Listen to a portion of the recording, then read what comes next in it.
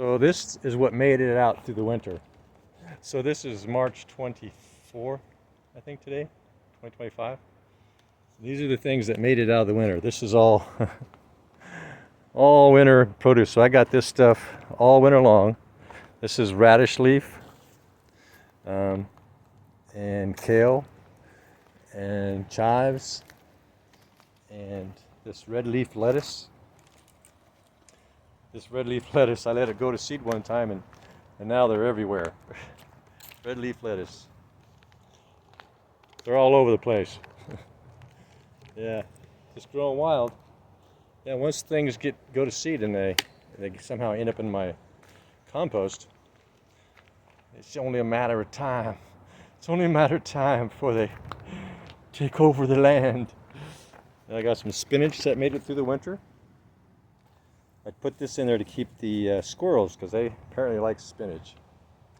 And so I made some. So I have also some Brussels sprouts that made it through the winter. It looks like it's getting ready to go to seed.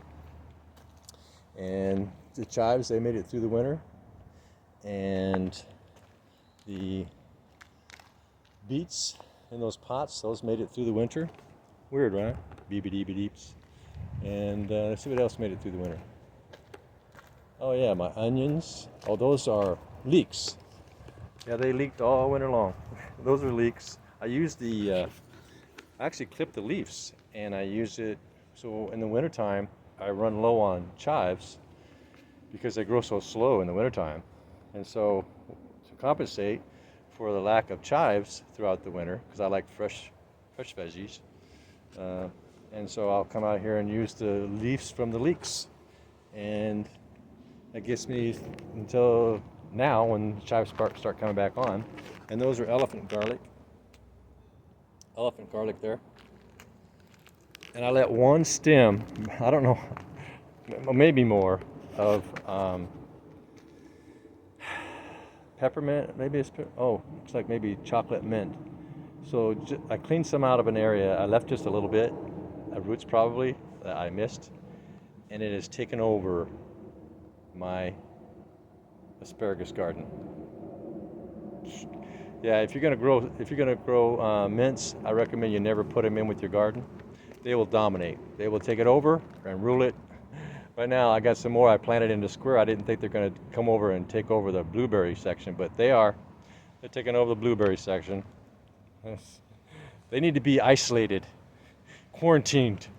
Yeah, anytime you plant mints, quarantine them in an area that's far, far away from anything else, because those roots grow really long, kind of like blackberries, and they'll take it over. It's probably best to keep those burgers in pots, and maybe bury them under in the ground in the pots, because they'll do better in the summertime if you bury them in pots in the dirt in the summertime. I had them in pots at one time, and they really struggled during the summertime. Just couldn't keep them moist enough. 100-something degrees sometimes. All my bees are really buzzing around over there. Looks like they're navigating again. Sure enough, they navigate every day. She must be laying up a storm, a hurricane of baby laying in there. Yeah. So I'll keep you up to date on the front up there, and I'm going to remove all those mints over there. And here's my girls today.